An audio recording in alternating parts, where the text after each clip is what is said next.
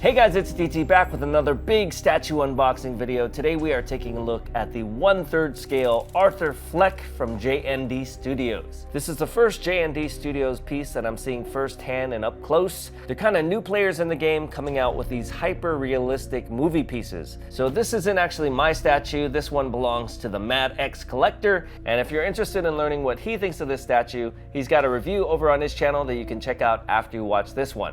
But I'm really excited to check this out. The details on the JND Studios pieces look incredible. So without further ado, let's open this up.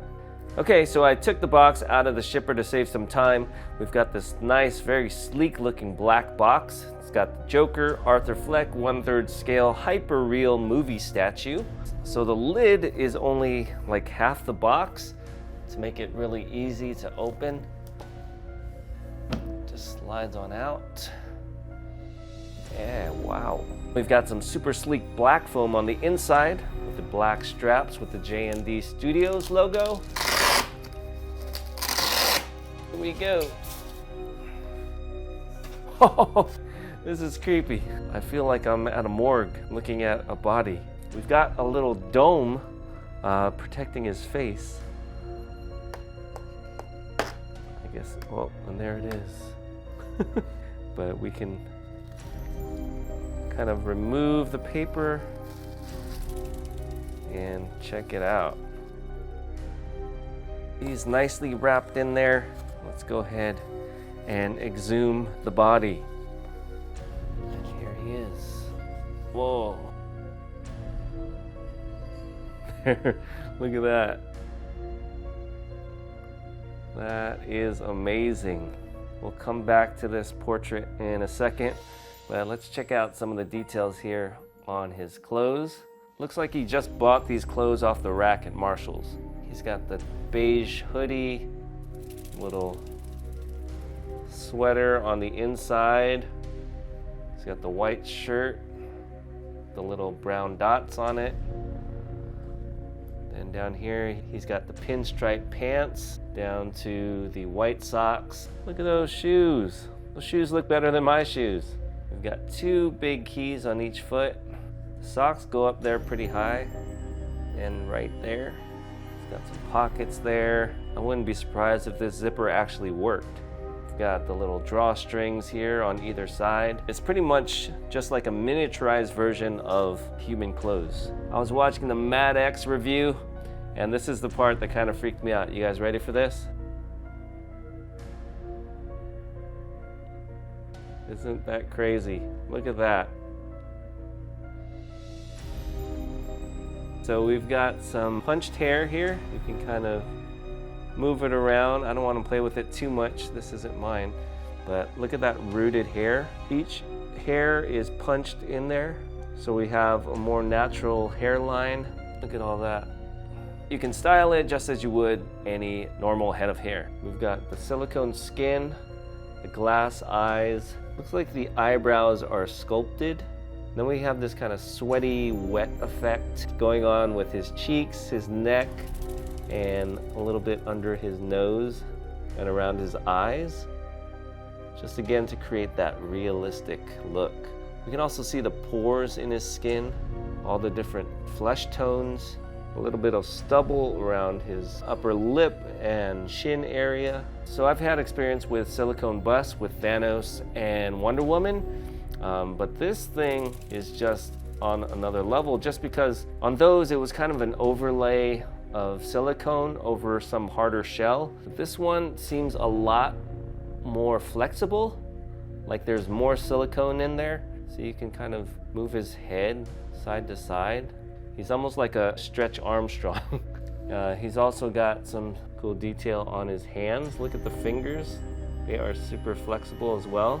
So like he can shake your hand, or your finger anyway.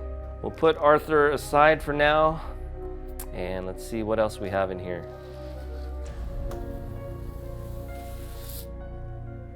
Okay, so it looks like we've got some accessories. We've got some documentation. At first I thought this was a CD, but it's a little too big. So we don't get the Arthur Fleck beats. Wow, look Look at that. We've got an Arthur Fleck 1/3 scale hyperreal movie statue plaque, limited to 350 pieces by the artist Kojun. So this is a gun, comes in a little package, and it's got, already when I pick this up, I can feel the weight. This is not a little plastic gun. It's like a die-cast metal. Barrel even spins. I don't think you can actually put bullets in here, but I wouldn't be surprised if you could.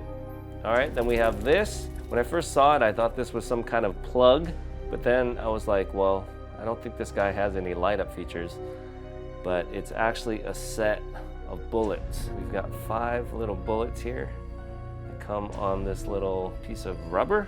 We can't put them in the gun as far as I know, but I think we're actually supposed to put them in this paper bag here. If that isn't attention to detail, I don't know what is. Let's see if we can remove these, so I don't want to damage it. This is a paper bag. This is a one-of-a-kind paper bag. The larger one has these intentional wrinkles and folds in it. Opens up, and you can put it in his hand. Looks like any paper bag that you would get at the supermarket, only miniature. And then we get this other bag. This one is not wrinkled up, so I gotta be careful with that. And that one just pops open. But I think you're supposed to put the bullets in here. And then you're supposed to put this bag into this bag. But we'll do that in a bit. And then finally we have the base. And this base is pretty heavy. Arthur himself is not very heavy, but this base weighs a ton. Oh, when you pick up the box, this is definitely what you're feeling when you feel the weight. So we've got kind of this wood texture on the top, but I need to put this down because this thing is heavy.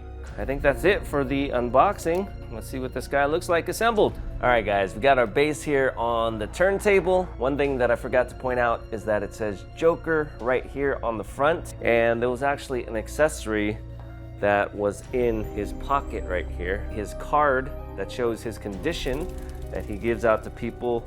It says, "Forgive my laughter, I have a condition." More on back. And then you flip it over and it says, "It's a medical condition causing sudden, frequent, and uncontrollable laughter that doesn't match how you feel. It can happen in people with a brain injury or certain neurological conditions. Thank you. Kindly return this card." That was hidden in his pocket, so we can put it back in there and he can use it when he needs. So let's go ahead and stick him on this base. So we've got the Joker here in front, and like I mentioned, he's got these 2 big square pegs,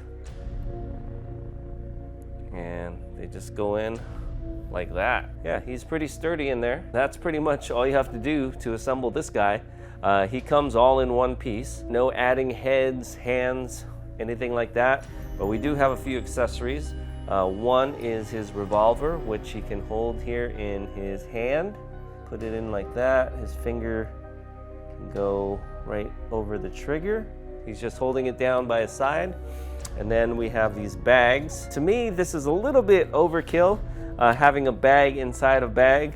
But hey, if you're gonna go hyper realistic, you gotta go all the way, right? So these bullets just kind of pop out. They're actually too big to fit in the revolver, but you're supposed to put them inside the little bag, like that. And then you're supposed to put this bag inside this bag. And once you close it up, you can't really tell that there's a bag in there, and you definitely can't tell that there's bullets inside. But I guess it's all in the mind. You know it's in there, so that's all that matters. So we can just put this in his hand. His fingers are kind of hooked. And here he is, Arthur Fleck, the Joker.